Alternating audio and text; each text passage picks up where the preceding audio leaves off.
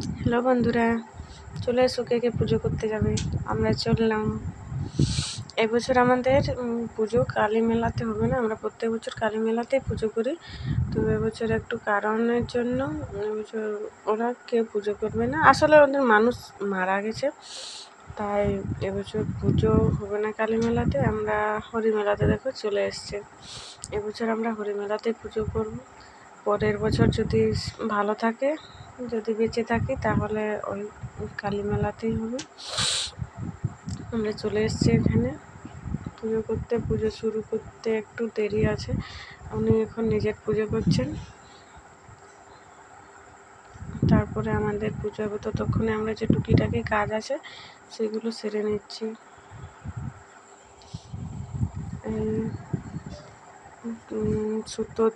সুতো বাঁধছে দুধ ঘাস দিয়ে।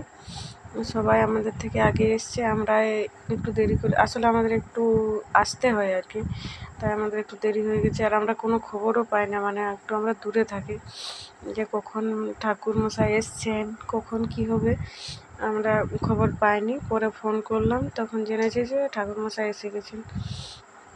আর আজকে আমার একটু আবার তাড়াও আছে, আদির রাশিকে স্কুল আনতে যেতে হবে, ওদের বাবা নেই, বাইরে গেছে।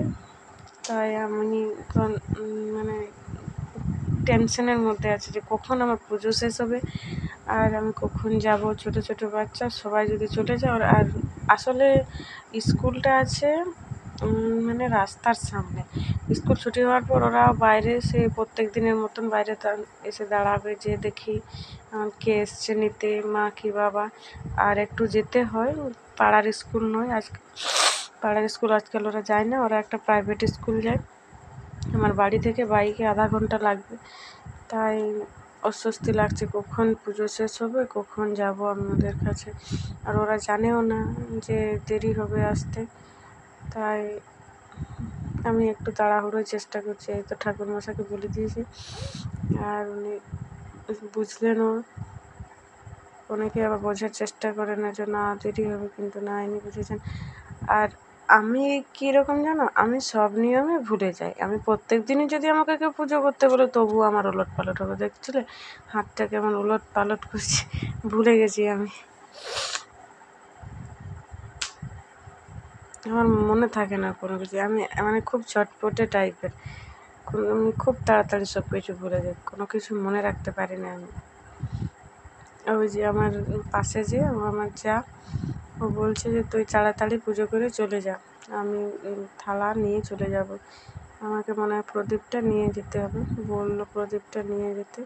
পুজো শেষ হয়ে গেছে, ওরা সুতো বাঁধাবাঁধি করে পরে আসবে।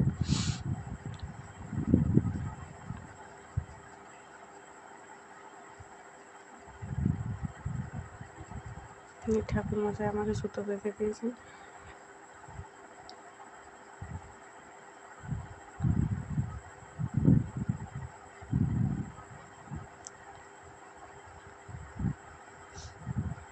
প্রদীপটা কোথায় রেখেছি দেখো, যদি উল্টে যায় আবার যাবো কবে।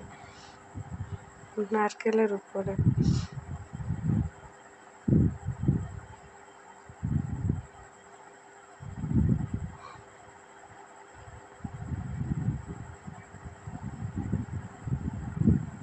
ঠাকুরমশাই সিঁদুর কৌটো খুলতে পারছেন না।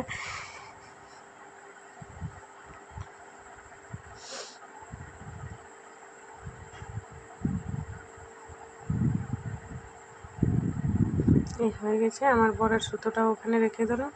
ও কবে আসবে, কখন আসবে ঠিক নেই, দেখা যাক। এই দেখো, বলছি না আমি সব কিছু ভুলে যাই।